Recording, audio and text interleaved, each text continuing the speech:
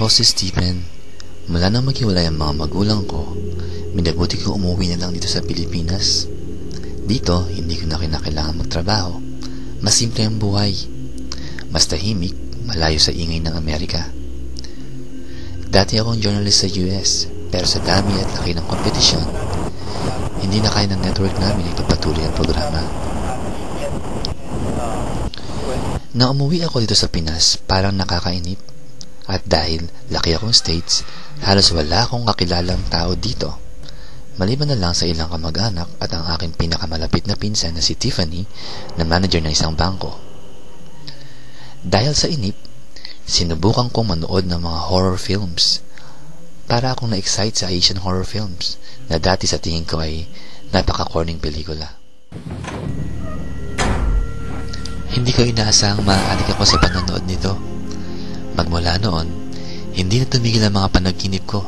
Mga bahay, dagat, bundok, at hindi ko alam kung bakit ako lakad ng lakad. Naisip ko tuloy ang isang pelikula na aking napanood. Totoo kayang naglalakbay ang kaluluwa natin? Napatay na tayo, pero hindi pa natin ito alam. Sa bagay, sino ba ang makakasagot? Naging normal sa buhay ko ang managinip ng mga nakakatakot. Hanggang dumating ang isang araw na nagbigay ng kakaibang karanasan sa buhay ko.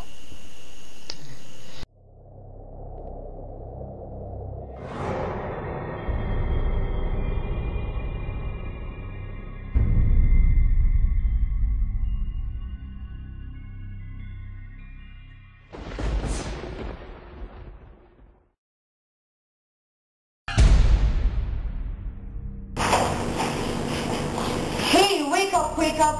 Listo! Wake up! Hey, what do you want, bitch? Well, you left the gate open. So what? What do you want? Want a job?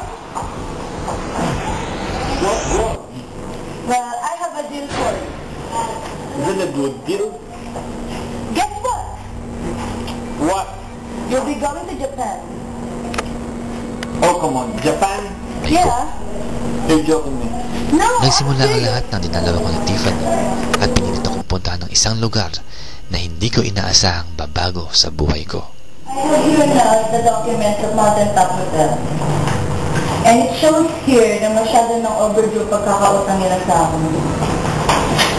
$500,000? Yeah? This is a big amount. Kaya ako pumunta doon, makapag-visit sa kanila, it's either i-settle nila pagkakautang nila sa amin or i-take over na namin yung hotel. And, well, this is a big money, so how much will I get from this? How about $70,000? Is that okay with you?